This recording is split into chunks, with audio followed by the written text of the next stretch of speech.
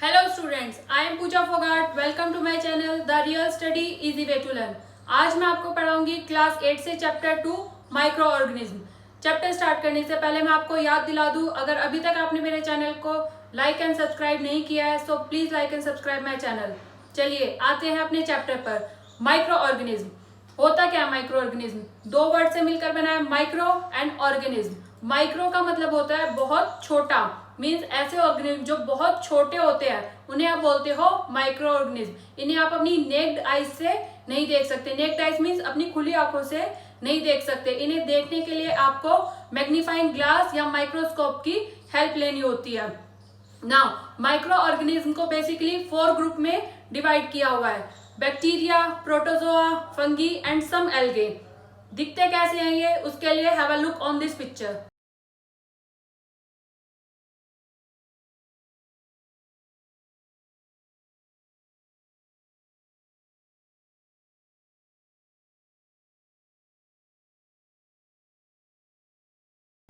अभी आपने देखा bacteria, fungi, protozoa and algae किस तरह से दिखते हैं। अब बात कर लेते हैं वायरसेस के बारे में। आपके वायरसेस भी माइक्रोस्कोपिक होते हैं, लेकिन ये अदर माइक्रो ऑर्गेनिज्म से डिफरेंट होते हैं। डिफरेंट कैसे होते हैं? क्योंकि ये तभी रिप्रोड्यूस करते हैं जब ये किसी होस्ट ऑर्गेनिज्म के सेल के अंदर चले जाते हैं। होस्ट ऑर्गेनिज्म होता क्या है? ऐसा कोई भी ऑर्गेनिज्म जिसके अंदर वायरसेस जाकर रिप्रोड्यूस करने लग जाते हैं उनको आप बोलते हो होस्ट ऑर्गेनिज्म। जैसे कि एनिमल्स हो गए, इवन ह्यूमन बींग्स, हमारे अंदर भी वायरसेस आ जाते हैं, या फिर बैक्टीरिया के अंदर भी जा सकते हैं। हमारे अंदर आ जाएंगे तो क्या करेंगे? डिजीज कॉज करेंगे, जैसे कि कॉमन कोल्ड हो गया या फ्लू हो गया। ये सभी कब होते हैं? जब कोई वायरस आपकी बॉडी के अंदर चला जाता है और सेल के अंदर जाके वो रिप्रोड्यूस करने लग जाता है, तो वो आपको बीमार कर देता है। इन्हें बोलते हैं डिजीज कॉजिंग वायरसेस। अब वायरसेस दिखते कैसे हैं, उसके लिए have a look on this picture.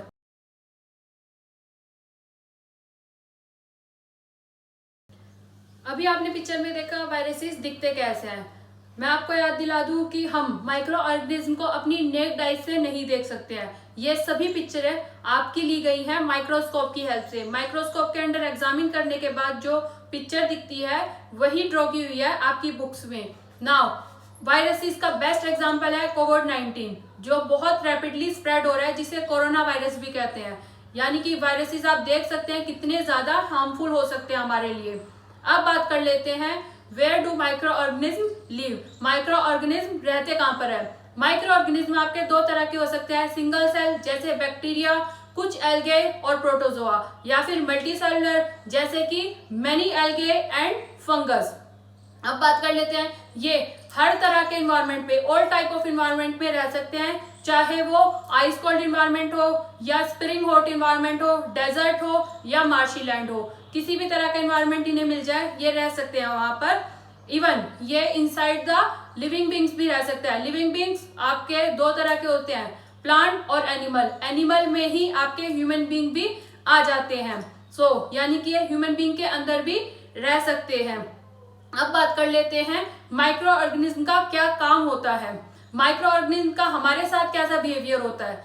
हमारे लिए वो दो तरह के काम वो कर सकते हैं। या तो वो हमारे लिए बेनिफिशियल होंगे, हेल्प करेंगे हमारी किसी ना किसी चीज की प्रोडक्शन में, या फिर वो हमें डिजीज कॉज कर देंगे। यानी उन ऑर्गेनिज्म को जो हमें डिजीज कॉज करते हैं उन माइक्रो ऑर्गेनिज्म को बोलते हैं हार्मफुल माइक्रो ऑर्गेनिज्म। और जो हमारे लिए हेल्पफुल होते हैं, बेनिफिशियल होते हैं, उन्हें बोलते हैं फ्रेंडली माइक्रो ऑर्गेनिज्म।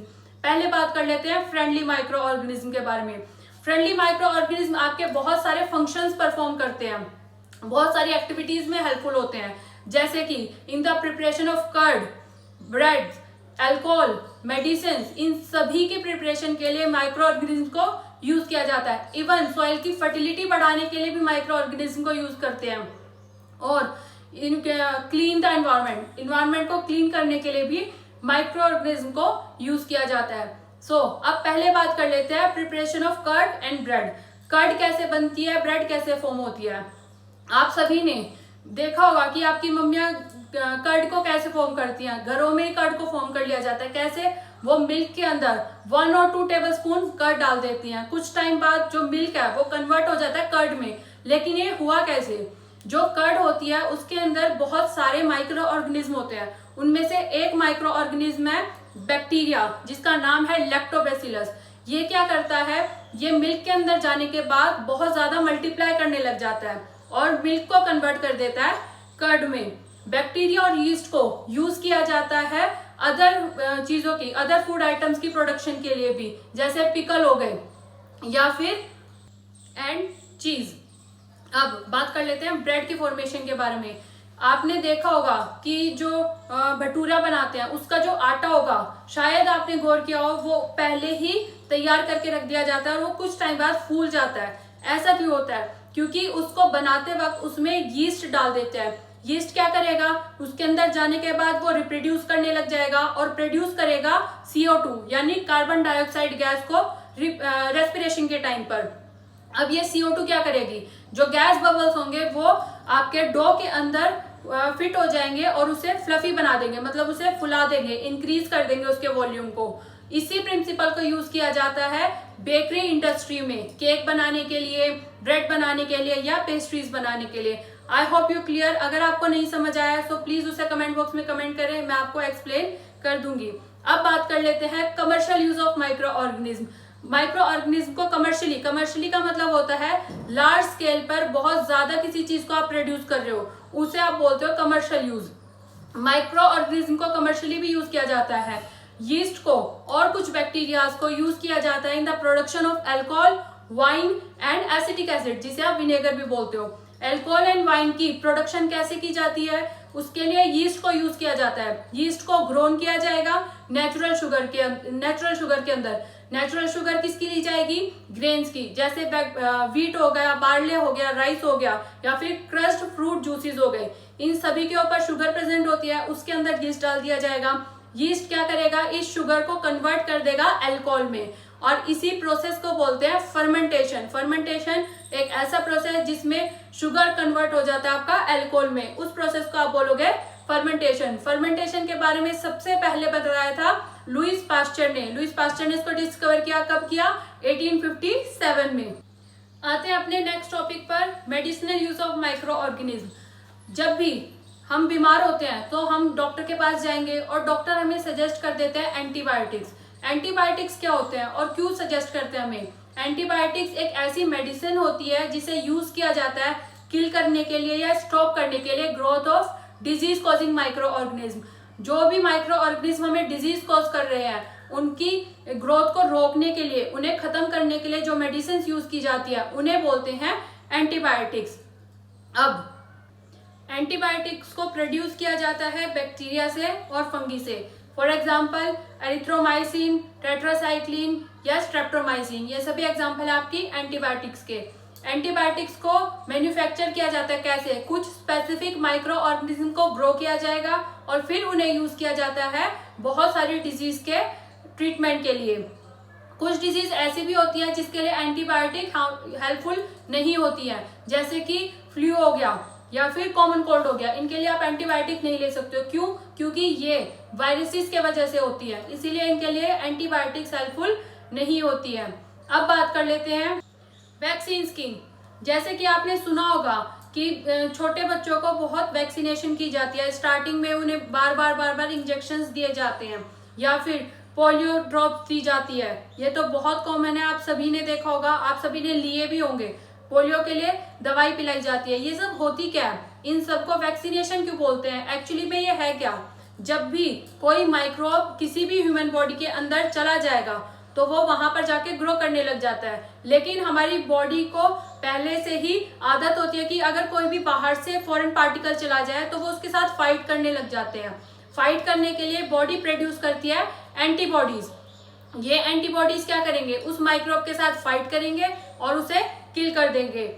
किल करने के बाद बॉडी को हमेशा के लिए याद रह जाता है कि अगर वो माइक्रोब या माइक्रो ऑर्गेनिज्म फिर से हमारी बॉडी के अंदर आ जाए तो उसे कैसे किल करना है। इसी को यूज किया गया है वैक्सीन बनाने के लिए। वैक्सीन और कुछ नहीं होती, वीकेंड या फिर डेड माइक्रोब को आपकी बॉडी के अंदर डाल दिया जाता है, बॉडी एंटीबॉडीज बना देती है, उसको फाइट करके किल कर देती है, ताकि बॉडी को याद रह जाए कि अगर ये माइक्रोब फिर से हमारी बॉडी के अंदर जाए तो उसे कैसे किल करना है। इसी प्रोसेस को बोलते हैं vaccination. I hope you clear. Edward Jenner ने सबसे पहले वैक्सीनेशन बनाई थी, किसके लिए? स्मॉल पॉक्स डिजीज के लिए। कुछ डिजीजेस ऐसी होती हैं जैसे ट्यूबरक्लोसिस हो गया, कॉलरा हो गया, या फिर small pox and hepatitis can be prevented by vaccination. अब आ जाते हैं नेक्स्ट पे। Next function of micro organism which is increase the fertility of the soil. कुछ बैक्टीरिया ऐसे होते हैं जो नाइट्रोजन को फिक्स कर देते हैं। कौन से नाइट्रोजन को? एटमॉस्फेयर के नाइट्रोजन को फिक्स कर देते हैं into enrich the soil nitrogen. Soil के पास नाइट्रोजन ज्यादा हो जाए और इससे क्या होगा? सॉइल की फर्टिलिटी इंक्रीज हो जाएगी। ये ऐसे माइक्रोब्स को आप बोलते हो biological nitrogen fixer. Next function की बात कर लेते हैं, cleaning the environment. Micro organism आपके इन्वायरमेंट को क्लीन करने का भी काम करते हैं। वो कैसे? जो प्लांट ऑर्गेनिक डेड होते हैं प्लांट के या एनिमल के, उसको वो कन्वर्ट कर देते हैं मैन्योर में। जब भी कोई माइक्रोब उसके ऊपर एक्शन करने लग जाएगा, एक्ट करने लग जाएगा, तो वो उसको कन्वर्ट कर देता है मैन्योर में।